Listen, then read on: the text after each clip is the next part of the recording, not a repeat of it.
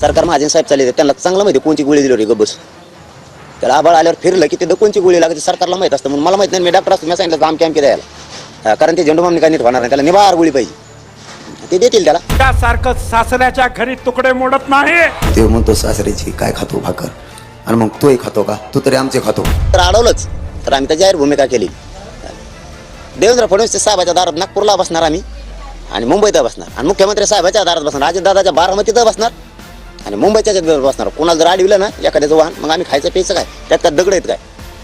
एवढा अन्याय मराठ्यावर नाही करायचं, अजिबात नाही करायचं, कारण शेवटी आम्ही सुद्धा तुमचे, आणि तुम्ही सत्ताधारीत म्हणजे पालक होतो तुमच्याकडे. श्रीरामांनीच आम्हाला लवकर शक्ती द्यावी, सरकारला बी सद्बुद्धी द्यावी. भगवान श्रीरामाच्या चरणी आमचीच विनंती आहे की ह्या केंद्र सरकारपासून राज्य सरकारपर्यंत सगळ्याला सद्बुद्धी द्या. एकदा आमच्या लेकराला दिलं, रामांचंच वचन आहे, रामांचेच विचार आहेत, आणि अन्यायाविरोधात लढाईसाठी गेली ती श्रीलंकेपर्यंत भगवान हनुमानांना घेऊन. त्यामुळे हे आमचे विषय ना सगळे आता मुंबईकडे निघाले आणण्याचे. मराठ्यांना आरक्षण मिळाल्यानंतर अयोध्येला नक्की जाऊ. आम्ही रस्त्यानं चालताना 22 तारखेला राम मंदिराचा आनंद साजरा करू, असं आश्वासन मराठा आंदोलक मनोज जरांगे पाटील यांनी दिलंय.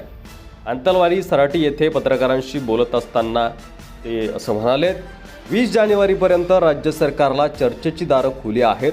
अंतरवालीतून आम्ही पाय बाहेर टाकला की सरकारसाठी चर्चेची दारं बंद होतील, नंतर चर्चा होणार नाही, असंही ते म्हणाले. आंदोलनात हसू होईल असं कृत्य एकाही मराठ्याने आंदोलनात करू नये, फक्त शांत होऊन आंदोलनात बसा, असंही ते म्हणाले. आम्हाला अडवलं तर मुख्यमंत्री एकनाथ शिंदे यांच्या मुंबईतील, तर उपमुख्यमंत्री अजित पवार यांच्या बारामतीसह मुंबईतील आणि देवेंद्र फडणवीस यांच्या मुंबई आणि नागपूरच्या दारात जाऊन बसणार असल्याचा इशारा देखील पुन्हा एकदा मनोज जरांगे पाटील यांनी दिला. आता मराठा हे कुणबी असल्याचे ट्रकभर पुरावे सापडलेत, मग आरक्षण देण्यात अडचण काय? मराठ्यांनी तुमच्यावर कसा विश्वास ठेवायचा, असा सवाल त्यांनी उपस्थित केला. 13 जानेवारीला ओबीसींची बीडमध्ये सभा होणार आहे. यावर बोलताना ते असं म्हणालेत की भुजबळ तुमचा राजकारणासाठी वापर करतोय. आमच्या नोंदी ओबीसीमध्ये सापडलेल्या आहेत, आम्हाला तिथेच आरक्षण हवं आहे. त्यांचं एकूण फुकटचं भांडण विकत घेऊ नका. तो इकडे सभेत लोक दाखवतो आणि त्याच्यावरील केसेस मागे घेतो, अशी टीकाही जरांगे यांनी भुजबळ यांच्यावर केली.